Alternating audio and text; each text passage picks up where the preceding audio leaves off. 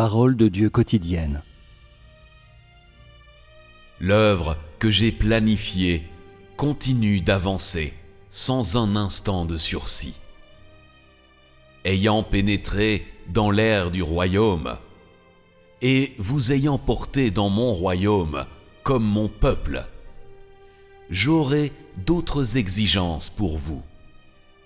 C'est-à-dire que je commencerai à promulguer devant vous la constitution avec laquelle je gouvernerai cette époque. Puisque tu es appelé mon peuple, tu dois être capable de glorifier mon nom, c'est-à-dire de témoigner au milieu de l'épreuve. Si quelqu'un essaie de me tromper et de me cacher la vérité, ou de se livrer à de mauvaises affaires derrière mon dos, ils seront chassés, sans exception, renvoyés de ma maison pour attendre réponse expéditive.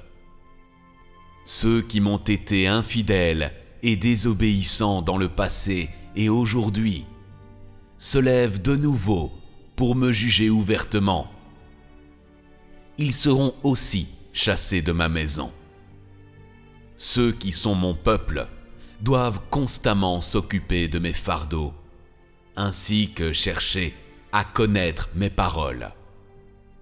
Je vais éclairer seulement des gens comme ceux-là, et ils vivront sûrement sous ma direction et mon illumination, ne recevant jamais le châtiment. Ceux qui, ne s'occupant pas de mes fardeaux, se concentrent sur la planification de leur propre avenir, c'est-à-dire ceux qui ne visent pas à satisfaire mon cœur par leurs actes, mais plutôt à quémander une aumône.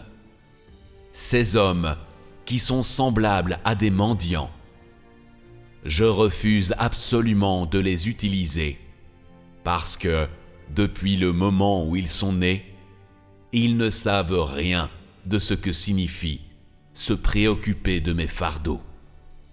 Ce sont des gens dont le sens est anormal. Des gens comme cela souffrent de malnutrition du cerveau et ont besoin de rentrer chez eux pour de la nourriture. Les gens de ce genre ne me sont d'aucune utilité. Au sein de mon peuple, tout le monde sera tenu de considérer me connaître comme un devoir obligatoire à accomplir jusqu'à la fin, comme manger, s'habiller et dormir. Quelque chose que l'on n'oublie jamais pour un moment, de sorte que, finalement, me connaître deviendra une habileté familière comme manger, quelque chose que tu fais sans effort, avec une main exercée. Quant aux paroles que je dis, chacune doit être prise avec la plus grande certitude et entièrement assimilée. Il ne peut y avoir de demi-mesure superficielle. Quiconque ne fera pas attention à mes paroles sera considéré comme s'opposant directement à moi. Quiconque ne mangera pas mes paroles ou ne cherchera pas à les connaître sera considéré comme ne me donnant pas d'attention et sera directement balayé hors de la porte de ma maison. Car, comme je l'ai dit par le passé, ce que je désire n'est pas un grand nombre de personnes, mais quelques-unes de qualité.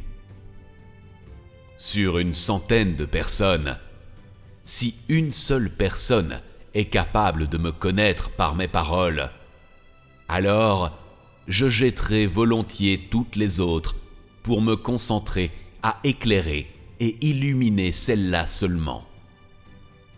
De ce que tu peux voir, ce n'est pas forcément vrai qu'un plus grand nombre seul peut me manifester, me vivre.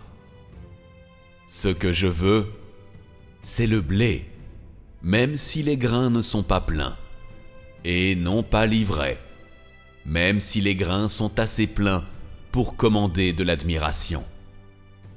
Quant à ceux qui ne se soucient pas de chercher, mais plutôt se comportent de façon lâche, ils devraient partir d'eux-mêmes. Je ne veux plus les voir, pour éviter qu'ils n'attirent la disgrâce sur mon nom.